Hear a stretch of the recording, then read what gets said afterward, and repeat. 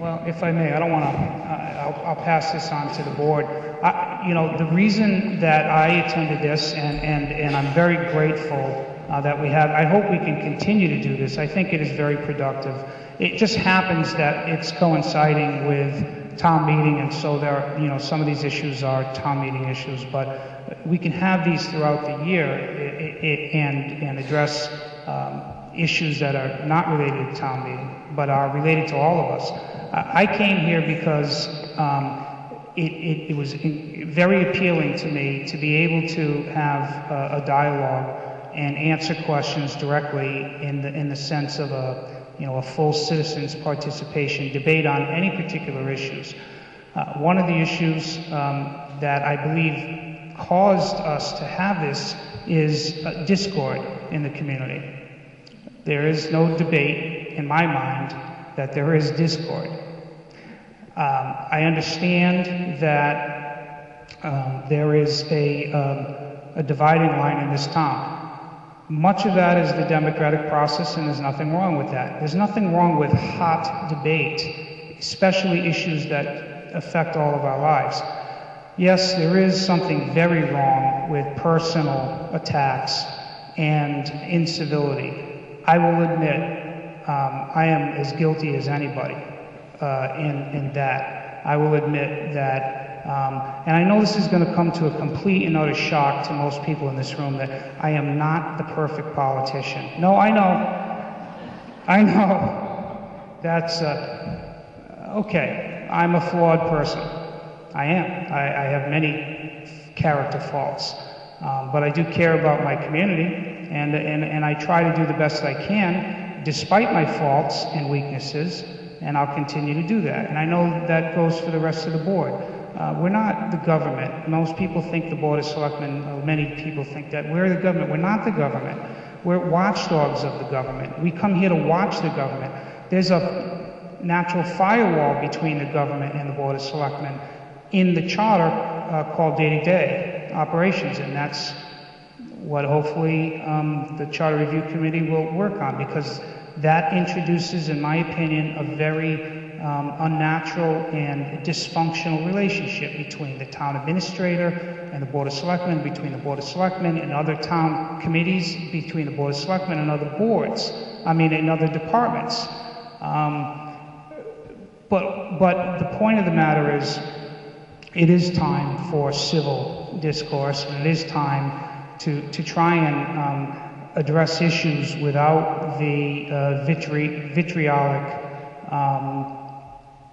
personal attacks. And as flawed a human being as I am, I know I can make an effort to try and contribute to improving that situation, and I will make that commitment, whether I'm a selectman or not in the future.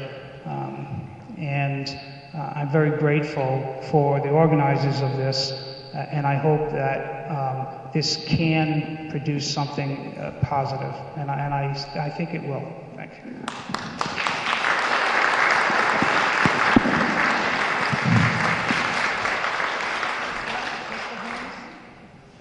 Mr. Holmes, do you have a question? Yeah, my name is Steve Holmes. Thank you. I didn't know you were.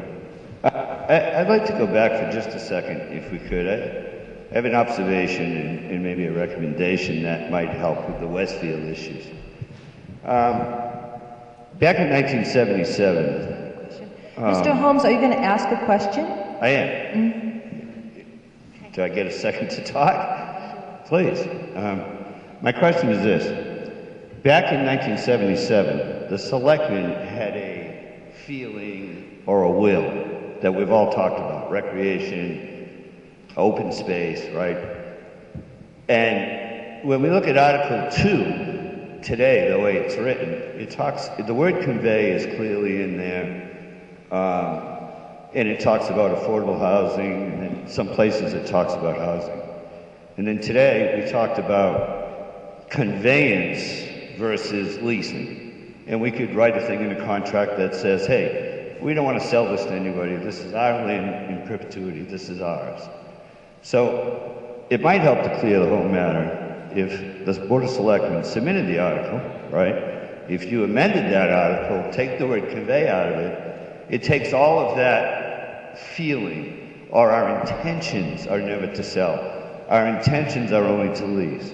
And if we took those words out, then there would be no question about whether or not the land could be conveyed, and it might solve a lot of people's issues with the problem. So that's my question to the board. I think it's, you know, I have absolutely no objection to doing something like that. If that solves the matter, and if that's where the real sticking point is, we have no intention of conveying anything. We would have to go back to town meeting anyway for that. But you're absolutely right. If that's the sticking point, just amend it and subtract it and be done with that issue. We can go to council, in fact, based on Mr. Holmes' comments, I will go to council and ask how we can amend that article, whether, and of course, as usual, that's strictly up to the moderator, whether or not that amendment is within the scope of the article or not. That's his call. But in any event, I'll certainly go to council and ask them to strike that and put that matter to rest right away. Just as a procedural issue, I'd have to review the article, but generally speaking, there's a difference between articles that are placed on the warrant and motions that are made at town meeting. Generally, articles are over-inclusive. For example, if it's a money article, it probably would be written to say to borrow, transfer, raise by taxation, really not with the intention to borrow or transfer oftentimes, but simply to allow a decision to be made when the motion is actually drafted and presented at town meeting. So it may be, and I'd have to look at the article, again, article number 2, it may have language in there to lease and or convey, simply to be a general article, and then the motion would be something otherwise. So therefore, if that's the case, I would say it would be perfectly within our rights as a town meeting body to make a motion to do whatever it is that we want to do. For example, if it's to lease, to make the motion to lease. But I can certainly understand the perception may be, well, we're going to convey this land, when in fact there's no intention to do that. Somebody smarter than I thought it would be a good idea to cover all the bases, if you will, by writing a general article, and then we'll wait and see what the motion is at town meeting.